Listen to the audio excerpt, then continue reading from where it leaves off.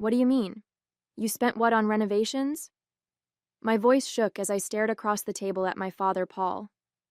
$25,000, he said casually, leaning back in his chair. You wouldn't believe how much better the place looks. Really, Liv, you should be proud of yourself. I froze, gripping the edge of the table as his words sank in. Proud? He was talking like I'd volunteered to fund this project. That's my credit card, Dad. You stole from me. Paul shrugged, his smug expression unwavering. Stole is a strong word, Liv. We're family. It's not like I took it from a stranger. Besides, you've got a good job. You'll earn it back in no time. The audacity of his words left me momentarily speechless. My father had always been self-serving, but this crossed a line I didn't even know he could reach. My name is Olivia, and I've spent my entire adult life building a career I'm proud of. I'm a financial analyst, and saving money is second nature to me. Over the past 6 years, I've worked tirelessly to set myself up for a stable future. That $25,000 wasn't just some extra cash lying around. It was years of discipline, skipped vacations, and careful budgeting. Paul, on the other hand, was the exact opposite. He loved to talk big, dream big, and spend big, but never with his own money. Growing up, I learned quickly that he could justify anything, borrowing things he never returned, brushing off unpaid debts, and turning every favor into a joke. Relax, it's just family, he'd always say. This time, though, I wasn't laughing. Do you have any idea what that money meant to me? I said, my voice shaking with anger. Do you even care that you stole from your own daughter? Paul rolled his eyes like I was the one being unreasonable. Oh, stop being so dramatic. It's just money. I had a few things around the house that needed fixing, and you were in a position to help. You didn't ask me, I snapped. You stole my credit card without telling me. That's not helping. That's theft. Paul shrugged again, finishing off his wine. Well, what's done is done. No point in crying over spilled milk. My stomach churned as I stared at him, unable to believe his complete lack of remorse. For years, he'd gotten away with his selfishness because he was charming enough to talk his way out of trouble. But not this time. This time, he'd gone too far. That night, I couldn't sleep. I lay awake, staring at the ceiling, Paul's words echoing in my mind. You'll make it back in no time. How could he act so casually after stealing from me? I'd worked tirelessly for years to save that money, only for him to blow it all on a whim. Finally, I got out of bed and grabbed my laptop. Logging into my credit card account, I scrolled through the transactions, my stomach twisting with each one. There it was. $7,500 at a home improvement store, $12,000 for roofing supplies, $5,500 for landscaping. Every single charge screamed of his self-serving indulgence. I clicked on the details, looking for anything that might give me leverage. My heart raced as I spotted the shipping addresses for the orders. They all pointed to Paul's house. I felt a flicker of vindication. This wasn't just a suspicion anymore. I had proof. The next morning, I called the bank to report the fraud. The representative on the other end of the line listened patiently as I explained everything, from the stolen card to the unauthorized charges. Do you know who made the transactions? She asked. Yes, I said, my voice steady. It was my father. There was a pause before she spoke again. In that case, we'll need to escalate this to our fraud investigation team. They may require additional information from you, and depending on the circumstances, law enforcement could become involved. Law enforcement. The words hit me like a punch to the gut. This wasn't how I wanted things to go, but what choice did I have? Paul had left me no option. If he thought he could walk all over me just because we were family, he was about to learn how wrong he was. Later that day, I told my best friend Maya about what had happened. She listened quietly as I vented, her expression darkening with every word. That's beyond selfish, Liv, she said finally. You need to hold him accountable. He can't keep treating you like this. I know, I said, running a hand through my hair. But he's my dad. It feels so messy. Messy or not, this isn't just about money, Maya replied. It's about respect, and he clearly doesn't respect you. Her words hit me hard. She was right. This wasn't just about the money, it was about setting boundaries, something I should have done a long time ago. The following day, I sat at my kitchen table staring at the fraud report I'd filed with the bank. Paul had crossed so many lines over the years, but this was something else entirely. My mind kept replaying his smug expression from that dinner, the way he dismissed me as if I were overreacting. It was time to confront him. I wasn't sure what I expected, an apology maybe, or at least an ounce of remorse. What I got was a masterclass in deflection. When I arrived at his house, Paul was outside admiring his freshly landscaped yard. "Looks good, doesn't it?" he said, beaming. "All thanks to you." My blood boiled. "Thanks to me?" I snapped. "You mean thanks to the $25,000 you stole from me?" Paul sighed, shaking his head like I was the unreasonable one. "Liv, we've been through this. It's family money. I didn't steal anything, I just borrowed it. And honestly, you're better off for it. This place needed some serious work." I stared at him, stunned by his audacity. "You didn't borrow anything. Borrowing requires permission, Paul, and you never asked me. You just took it." He crossed his arms, his expression hardening. "You're young. You've got time to earn it back. Why are you making such a big deal out of this? I'm your father, for God's sake. I've done so much for you over the years. Can't you let this one thing go?" "Done so much for me?" I repeated, my voice shaking. "Like what, exactly?" "You've been taking from me my entire life, Paul. This is just the first time you got caught." His face darkened. "Watch your tone," he warned. "You're being ungrateful. I didn't have to raise you, you know. I could have let your mom handle it all on her own." The words cut deep, but I refused to let him see me flinch. "Ungrateful? I'm the one who's had to clean up after your mistakes for years. I've forgiven you for so much, but this is too far." For the first time, Paul looked uneasy. "What are you saying, Liv? Are you really going to take this outside the family?" "I already did," I said firmly. "The fraud investigation is underway. The bank is involved. And if you think I'm going to back down, you don't know me as well as you think." The call from the bank's fraud team came early the next morning. I sat at my kitchen table, coffee in hand, as the investigator, Mr. Bennett, outlined the next steps. "We've reviewed the charges and the details you provided," he said. "Since the shipping addresses match your father's home, it's clear the transactions were unauthorized. We'll need a formal statement from you, and we'll likely escalate this to local authorities for further investigation." Hearing the words "local authorities" sent a wave of nerves through me. "Does that mean he could face charges?" I asked cautiously. "Yes," Mr. Bennett replied matter-of-factly. "It's theft. Plain and simple. The amount involved makes it a serious offense. It's up to the police to determine the exact course of action, but I'd recommend preparing yourself for that possibility."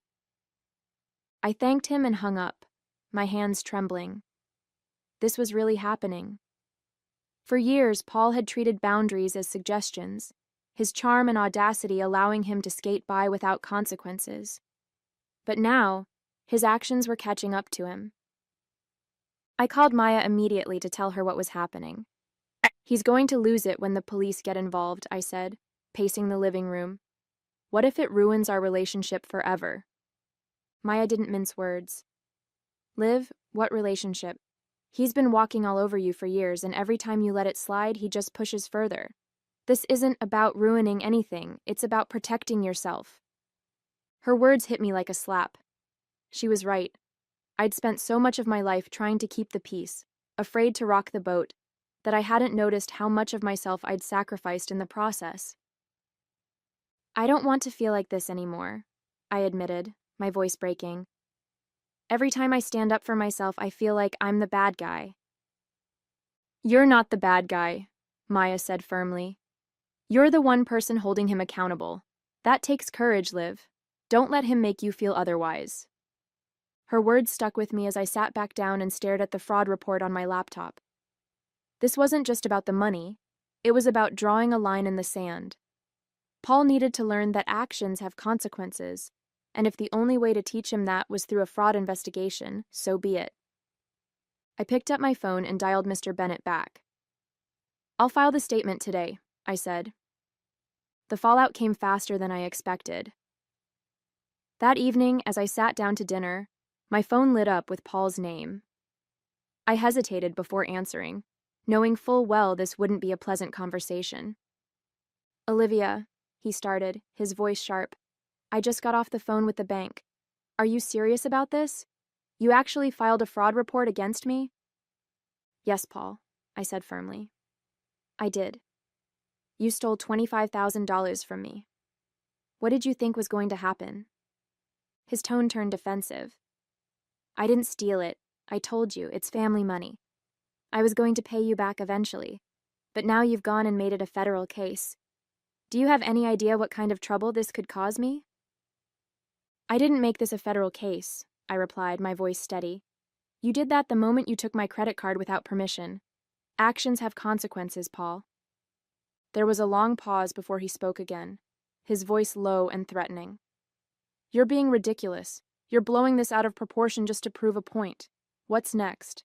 Are you going to drag me to court too?" "If that's what it takes," I shot back. "You've spent years walking all over me, treating my boundaries like they don't exist. This isn't about proving a point. It's about protecting myself."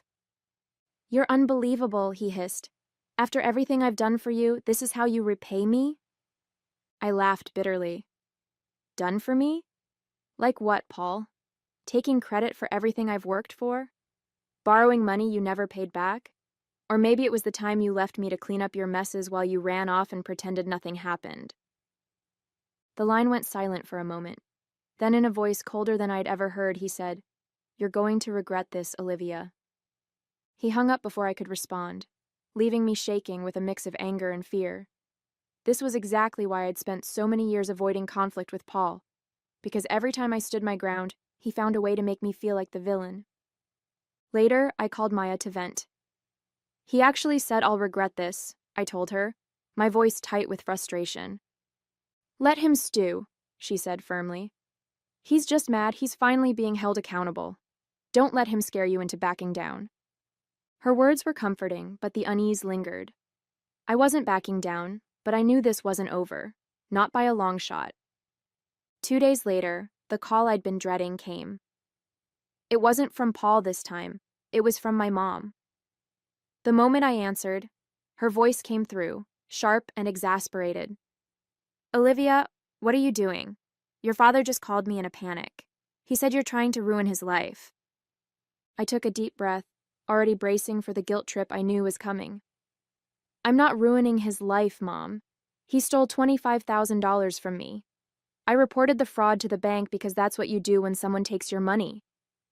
"He's your father," she snapped, as though that was all the explanation needed. "And I'm his daughter," I said, struggling to keep my voice calm.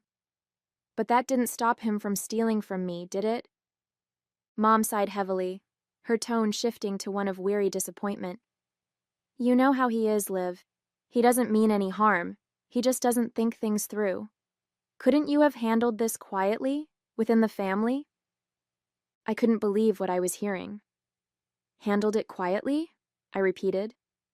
"Mom, he spent $25,000 of my money without asking. How was I supposed to handle that quietly?"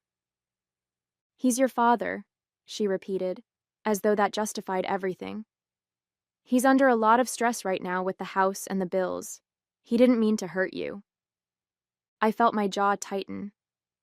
It's always excuses with him, isn't it? He's always under stress, or he didn't think it through, or he didn't mean it. Meanwhile, I'm the one left cleaning up his mess.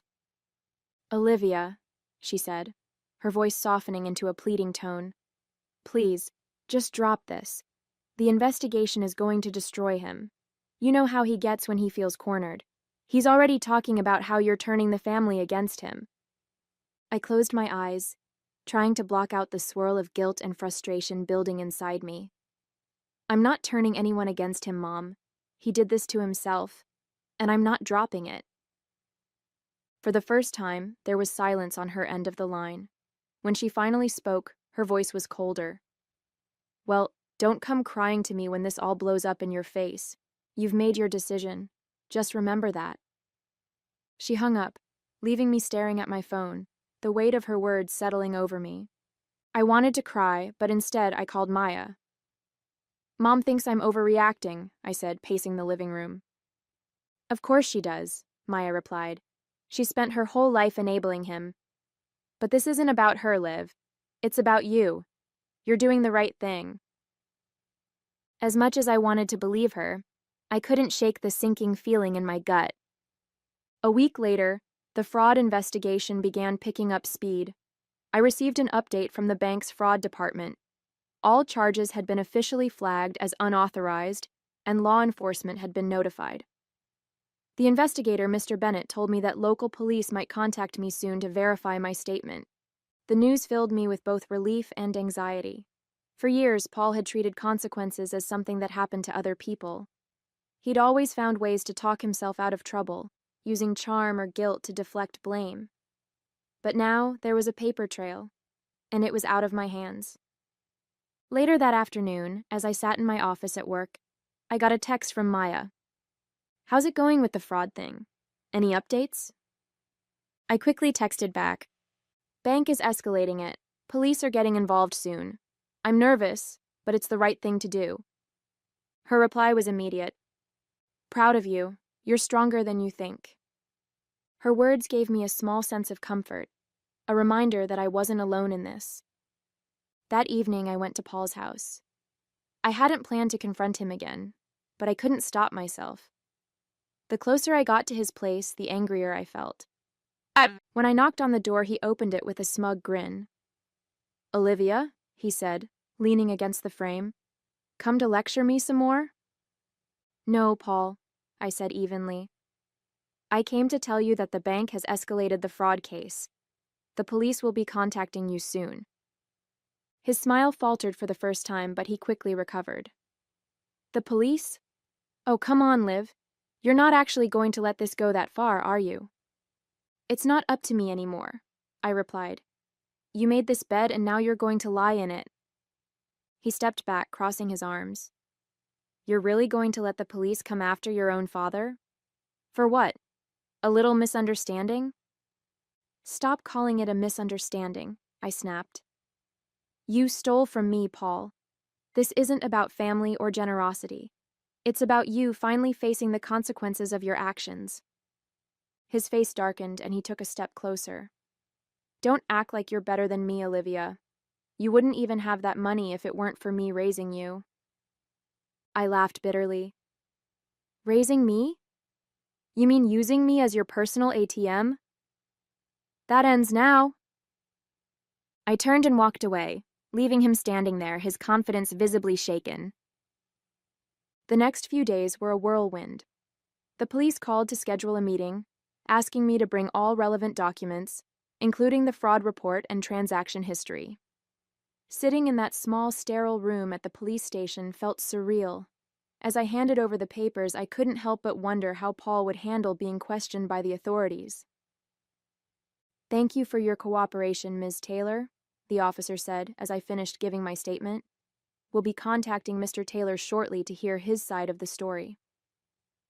His side of the story. I almost laughed at the thought.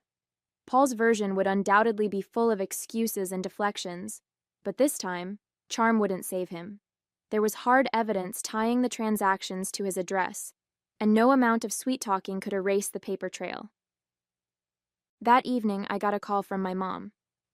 Her voice was sharp, more accusatory than the last time we'd spoken.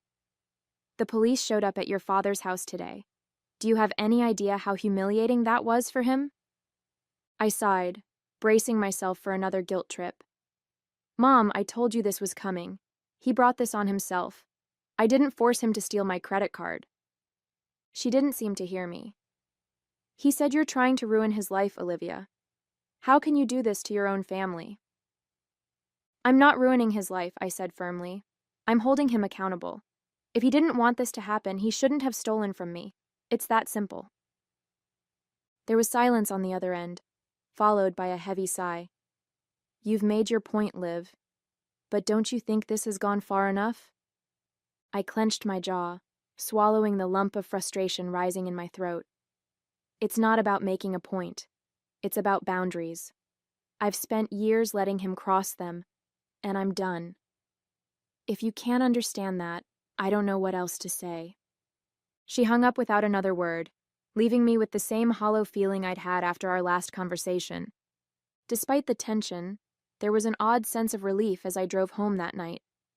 For the first time in years, I felt like I was finally standing up for myself. Paul had always taken without asking, always assumed I'd forgive and forget. But now he was learning that actions have consequences, and that knowledge was more satisfying than I'd ever expected. The fallout from the investigation hit Paul harder than I expected. The police made it clear that the evidence against him was solid. Unauthorized transactions, shipping addresses linked to his home, and the fraud report I'd filed with the bank. He couldn't wiggle out of this one, no matter how much charm or excuses he threw around. When I heard he'd been officially charged with theft, I felt an overwhelming mix of emotions. There was relief. Finally, someone was holding him accountable. But there was also sadness. As much as I wanted him to face the consequences of his actions, it was still hard to see my own father brought so low. Mom called me again the night I heard about the charges. This time, her tone was subdued. "Your father's a mess, Liv," she said, her voice trembling. "He's scared. He doesn't know what to do." I took a deep breath, steadying myself. "Maybe he should have thought about that before he stole from me," I said calmly. "You really won't help him?" she asked, almost pleading. "You're his daughter." "And he's my father," I replied. "But that didn't stop him from stealing from me, did it? He's not the victim here, Mom. I'm done letting him play that card." For the first time, she didn't argue. There was a long silence before she finally said, "I just hope you're doing okay through all this." Her words caught me off guard. I wasn't used to her checking in on me. It was usually about smoothing things over for Paul. "I'm fine," I said after a moment. "Actually, I'm better than fine. For the first time in a long time, I feel like I'm in control of my life again." After we hung up, I sat on the couch and let the weight of it all sink in. This wasn't just about the $25,000 or the fraud report. It was about finally standing up for myself, drawing a line that couldn't be crossed again. Paul had spent years taking advantage of my generosity and trust, and for the first time, I'd said, "No more." As difficult as the process had been, I felt a sense of closure starting to settle in. The guilt that had lingered for weeks was fading, replaced by something I hadn't felt in years: pride. The day I received the final update from the bank, I knew I'd made the right choice. They confirmed that the fraudulent charges had been reversed and the funds restored to my account. For the first time in weeks, I felt the knot in my chest loosen. I'd done it. I'd stood up to Paul, navigated the fallout with my family, and reclaimed what was mine. The old me might have let it slide, rationalizing that it wasn't worth the trouble. But this time, I'd drawn a line, and I'd stayed firm. Paul, on the other hand, wasn't doing so well. According to Mom, he was trying to negotiate a plea deal to avoid jail time. "He's devastated," she'd told me on our last call. "But I think he finally understands how much he hurt you." I wasn't so sure about that. Paul had always been good at playing the victim when it suited him, but whether or not he truly understood didn't matter to me anymore. This wasn't about him. It was about me. Over the next few weeks, I started to feel a new sense of clarity. My relationship with my mom was still strained, but I was okay with that. I wasn't going to spend my life tiptoeing around Paul's ego or bending over backward to keep the peace. Maya came over one evening, bringing a bottle of wine to celebrate the end of the ordeal. "To you," she said, raising her glass, "for proving that boundaries are non-negotiable." We clinked glasses, and I couldn't help but laugh. "I guess I needed a $25,000 wake-up call," I said. "Better now than never," Maya replied. "You're stronger than you think, Liv. Don't forget that." In the weeks that followed, I poured myself into my work, feeling a renewed sense of focus and determination. My savings account was intact again, and I'd learned a lesson that would stick with me for the rest of my life. Trust is earned, not given freely, even when it comes to family. As for Paul, I didn't know what the future held for our relationship, but for the first time, I wasn't afraid to keep my distance. I wasn't afraid to say no. I'd taken back control of my life, and that was worth more than any amount of money.